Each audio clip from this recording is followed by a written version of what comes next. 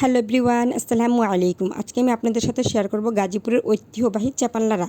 যখনই ফ্যামিলির কেউ মাছ মাংস খেতে চায় না, তখনই আমি এভাবে করে দেই, আঙ্গুল চেটে পুটে এক পদেই তৃপ্তি করে খেয়ে নেয়। এখানে আমি 12টি শুকনা মরিচ নিয়েছি, দিয়ে দিচ্ছি গরম পানি, 10 মিনিটের জন্য ভিজিয়ে রাখবো। ভিডিওটি আপনাদের কাছে কেমন লেগেছে কমেন্ট করে জানাতে ভুলবেন না। একটি ব্লেন্ডার জায়গায় দিয়ে দিচ্ছি ভিজিয়ে রাখা শুকনা মরিচ, দিয়ে দিচ্ছি 5টি রসুনের কোয়া, দিয়ে দিচ্ছি 13টি পরিষ্কার করে রাখা চাপা। সব কিছু একসাথে ভালো করে ব্লেন্ডার করে নিয়েছি। চুলাতে একটি প্যান বসিয়ে দিয়ে দিচ্ছি পরিমাণ মতো তেল, দিয়ে দিচ্ছি বেশ কিছু পেঁয়াজ কুচি, নেড়ে চেড়ে ভালো করে ভেজে নেব। এই রান্নাতে পেঁয়াজ ও রসুন একটু বেশি ব্যবহার করতে হয়, এতে করে রান্নাটা অনেক বেশি মজা হয়। দিয়ে দিচ্ছি স্বাদ মতো লবণ, নেড়ে চেড়ে বাদামি রং করে নিব। ভিডিওটি আপনাদের কাছে ভালো লেগে থাকলে লাইক কমেন্ট শেয়ার করতে ভুলবেন না। নতুন নতুন ভিডিও পেতে ইউটিউব চ্যানেলটি সাবস্ক্রাইব করবেন, পাশে থাকা বেল বাটনটি ক্লিক করবেন। দিয়ে দিচ্ছি হাফ চা চামচ হলুদের গুঁড়া, 1 চামচ লাল মরিচের গুঁড়া, হাফ চা চামচ ধনিয়ার গুঁড়া ও ব্লেন্ডার জাগ ধুয়ে সামান্য পরিমাণ পানি দিয়ে ভালো করে মিশিয়ে নিচ্ছি।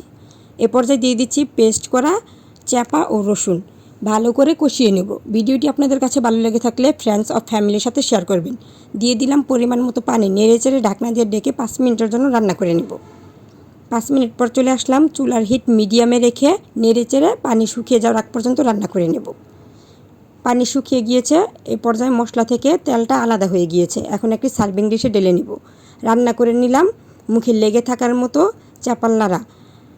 আজ এই পর্যন্তই। সকলে সুস্থ থাকবেন, ভালো থাকবেন। আল্লাহ হাফেজ, আসসালামু